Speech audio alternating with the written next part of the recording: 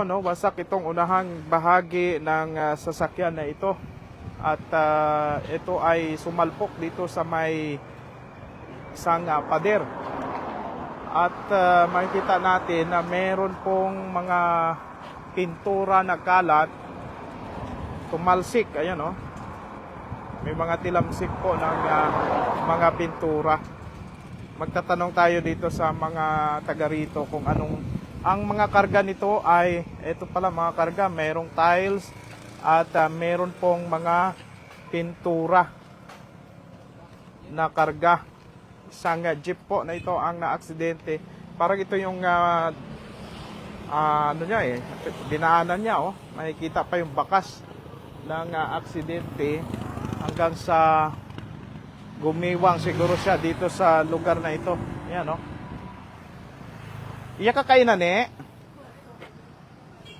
wasak yung pader. At saka itong lugar ay may isang kanal pa. Ayan.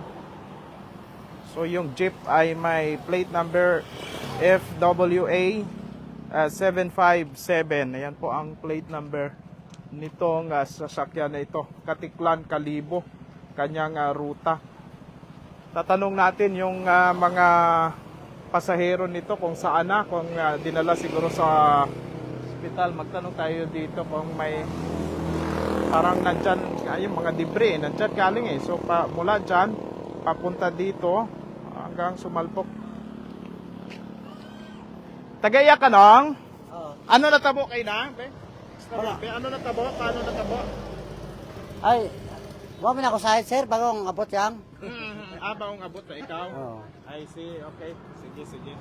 Ay, Abi ko, iya ikaw kayo na kuwan man kami, siyempre kuwan man kami ng ano kung ano ro natabo ba, sir? I see, nagpangusyuso man gali ka? Oo, okay, sige. Abi ko, saan daya kayo na? Kung mga tao di karon sa tabok? Oo, may sahid, sir, ay. Oo. Ako ay, unsa man nabiyaw, tanob na kot mantikib baga. Tanong ikat matigib. Ay, kuwan na pwede ka na ng tabangka, pwede ka na, sir. Aro na aksidentihan nga ra, tabangka o taraya? Oo, tabangka. Aro, di ka to sa among salakyan katong pula, matigibuan. Kasi may crossing ito, sir. Di ka to paro matigib. Oo. So tabangka pagid gali raya. Oo. Ano ko sugid it mga imong na istorya man? Ay, naistorya, sir, ito sa mantikib na kami nagkuhan, sir. Nagalin? Oo. Sige. Para may maka-isyusa man ba? Oo. Sige. Matabok ka na ako matabok kita. Ikaw?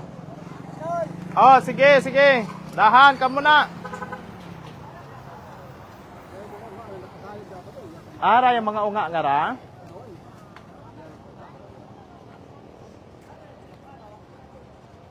Nagkakarga sa nabit butong Ara anang amaro nakasayod tatay? Wa gani.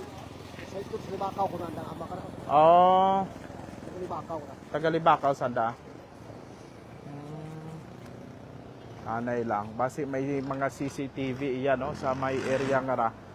Ahay, si tatay nga to. Good morning. Good afternoon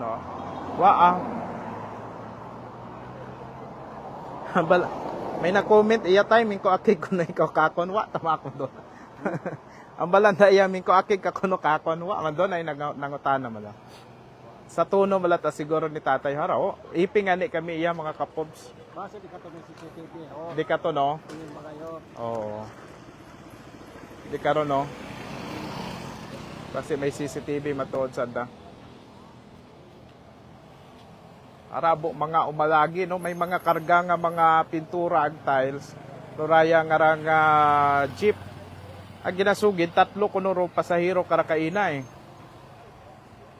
Ayu yung jeep gali ra. Ang balni. Rex. Okay, nagadto ikaw man. Nagkatabo no tay no. Oo. Kapamati gali mo sa DYKR ko si tatay ay nag-adto mula tagali mo iya kaya nga ni ana sabat ka kunwa ko nimo kasayod. Wa matay mo na akig ka kun di ba tay? Kadlaw nga ni mo iya ay. Napangutana man ako nimo ay. Ngani Migo na tara listener taga si Sir Ernie, siguro napabatian na kara eh. Si, ano kayo naga-programa eh. Si, Tanagahon, si Chief Ernie. Imama namon dun sa balay. Raya siguro mga unga kayo na. O iya siguro da. Parang lumiso lang ko dat maka. Iya ikaw kayo na ne? Sige be. Hindi lang na ako di ko pag ipakita. Ano natabo kayo na? Ano imong napanuhan? Ha? Kon malangot tunog. Nag-alin? Do nagbunggo sa pader malang. Gulpi lang nagbungko. Nakita man nimo? Wa nagguwa malang kami dito kay nagtanawan. Pagguwa nimo, ito aro nakabunggo uta. May mga pasahero? 3 malang sanda. 3, oo. Ay si inyo ro mga pasahero ni. Kon no daga baga to sa ospital. May nag-responde man nga ambulance. Anak MDR mo siguro. 3 sanda bayi laki. Bayag kag unga. May unga pa. Mm-mm. Isang pamilya siguro no. O sige ni. Thank you. May kaugnayan doon sa nangyaring aksidente sa Tabangka naman siya. Yung jeep pala na yon ay mayroon pong kabanggaan na isang series bus. Ayon dito sa ating Numancia MPS. Pumunta kasi tayo dito sa Numancia Police Station para kumuha ng mga dagdag na mga detalye. At yung kaso na ito ay under investigation pa.